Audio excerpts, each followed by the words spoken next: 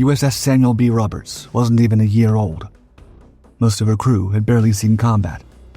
The most trying chapter in her naval career so far was that time when she was hit by a whale while sailing near the coast of Virginia. But now she was at the heart of one of the most vicious battles of World War II.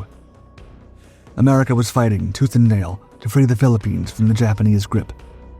About 300 vessels and more than 1,000 aircraft descended onto Leyte Gulf, cannons primed and boots ready to storm the beaches ahead. However, before the U.S. could deliver the definitive blow, the Japanese struck back. They may have lacked U.S. numbers, but they still had their wit. And so, rather than firing back outright, the Japanese lured their rivals north through a decoy force, leaving the path wide open for Vice Admiral Takeo Kurita's fleet to sail ahead undisturbed. Now, in October 1944, the sea ahead was almost empty. Hundreds of American vessels were supposed to be guarding the waters off the Philippines. But now the only thing standing between Kurita's force and the American invasion fleet was a small task unit composed of 6 escort carriers, 3 destroyers, and 4 destroyer escorts. This team was intended to provide air support and anti-submarine strikes, never to engage an enemy formation in a surface battle. Roberts herself wasn't even a particularly menacing ship to look at. She was barely 306 feet long. Her main armament consisted of a triple torpedo mount and a pair of 5-inch naval guns, weapons that would struggle to pierce the armor of Japan's most fearsome ships. And that was exactly what was coming. Vice Admiral Kurita's pack consisted of 11 destroyers, 8 cruisers, and 4 battleships. Among them was the heavy cruiser Chikuma, a 15,000-ton giant wrapped in one of the heaviest armors in the Japanese fleet, as well as the warship Congo, which, despite her formidable 728-foot-long hull, was still able to carry out fast assaults at over 27 knots. But by far the most menacing ship approaching USS Samuel B. was the battleship Yamato. The Americans had never quite seen a vessel like this before. At 862 feet long, she was the largest battleship ever built. Not even 2 football fields could contain her. Meanwhile, Roberts could comfortably fit inside just one. And it wasn't just size that made every sailor on board the American ship tremble at the prospect of going up against Yamato. She also packed some of the most lethal armament across the Pacific. While Roberts had only 2 naval cannons, the Japanese battleship carried a massive battery of 9 18.1-inch guns in triple turrets, capable of striking targets from up to 26 miles away, supported by 12 6.1-inch secondary guns. The worst part was that Roberts couldn't even rely on the carrier aircraft from her unit to stop the Japanese defenses before the naval formations came face to face. As Yamato was also protected by 12 dual-purpose 5-inch guns and dozens of anti-aircraft weapons, ready to bring down any aerial attackers who dared to approach. There was no hope of defeating an armada like this, but if the Americans didn't at least try to buy some time, then the Japanese forces could soon overrun the area. And months of preparation to take back the Philippines would have been for nothing. And so, as the first destroyers sailed ahead, Lieutenant Commander Robert Copeland grabbed the radio and told his sailors, quote, "This will be a fight against overwhelming odds, from which survival cannot be expected. We will do what damage we can." Yamato was close enough for her main guns to reach Roberts, and as the Americans drew nearer, shells started flying over the sailors' heads. However, before the Japanese could zero in on her, Copeland realized his ship was in position to deliver the first strike. The Japanese had assumed a column formation, which Roberts' torpedoes could easily target if she managed to close the distance fast enough. The lieutenant didn't hesitate, ordering his engine room to sail at full speed, declaring, quote, "Don't worry about your reduction gears or your boilers or anything, because there's all hell being thrown at us up here, and we're just fortunate we haven't been hit yet." Roberts had been built to sail at a top speed of 24 knots.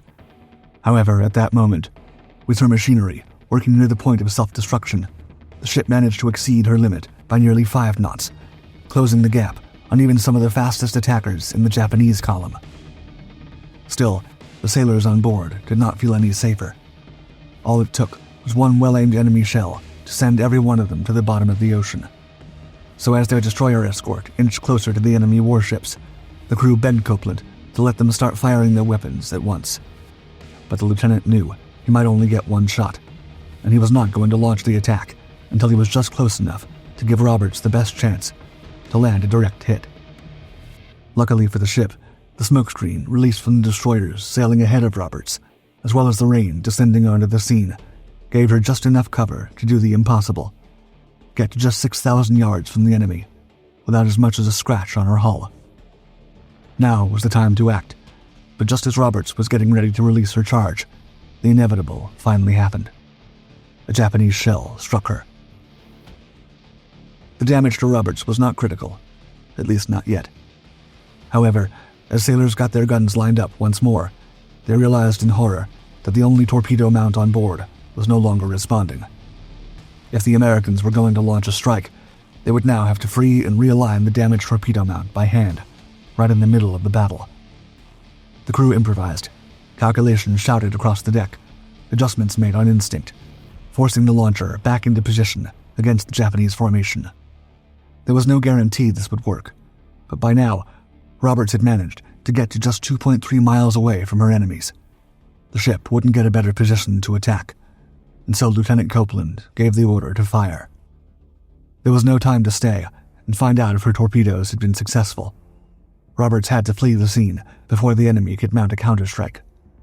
Reports vary, but some suggest that the American ship was indeed able to land a hit, with lookouts confirming a plume of smoke rising from an enemy heavy cruiser before rushing back to take cover. But the Japanese were not about to let Roberts escape so easily, and before she could get too far, a new challenger appeared. This was the heavy cruiser Chikuma. Her heavy armor made it hard for Roberts' guns to land an effective hit.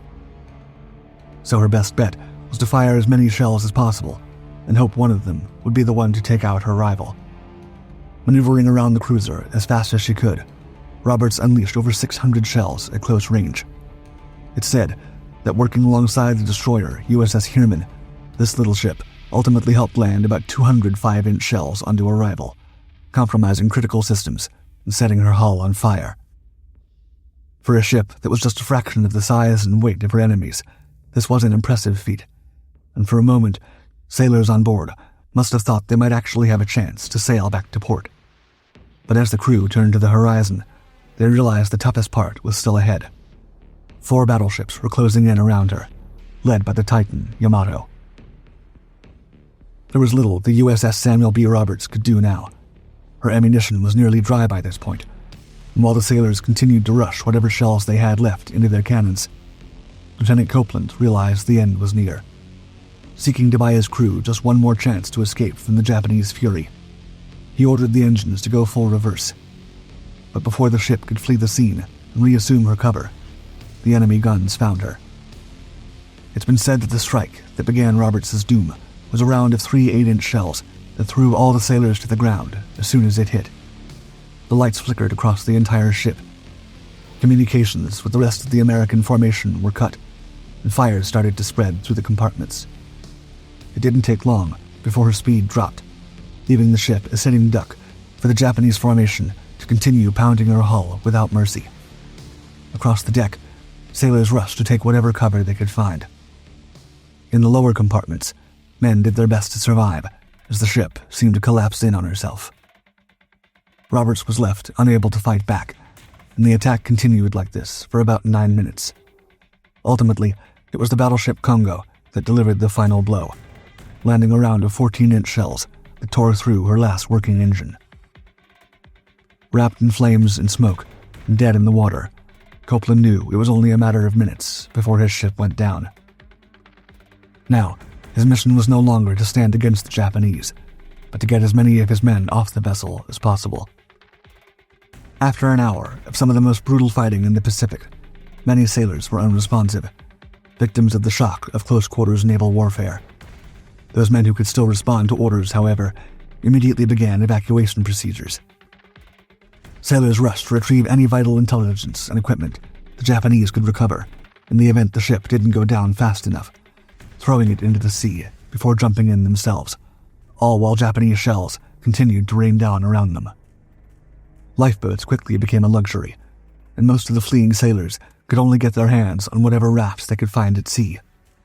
Some simply swam, perhaps hoping to find rescue before it was too late. As for Copeland, he stayed behind, going through the compartments of his ship one last time, searching for any sailors left behind.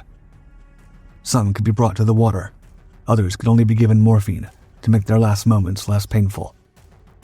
After bidding farewell to his officers, unsure if he would ever see them again, he made his way into the sea, where he caught a final glimpse of his vessel as it disappeared beneath the surface. It would take more than 2 days before help finally arrived to rescue the shipwrecked sailors.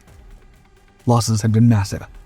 About 100 men from USS Samuel B. Roberts' 224-man crew were lost, either to Japanese fire, the sinking of their ship, or shark attacks in the days that followed.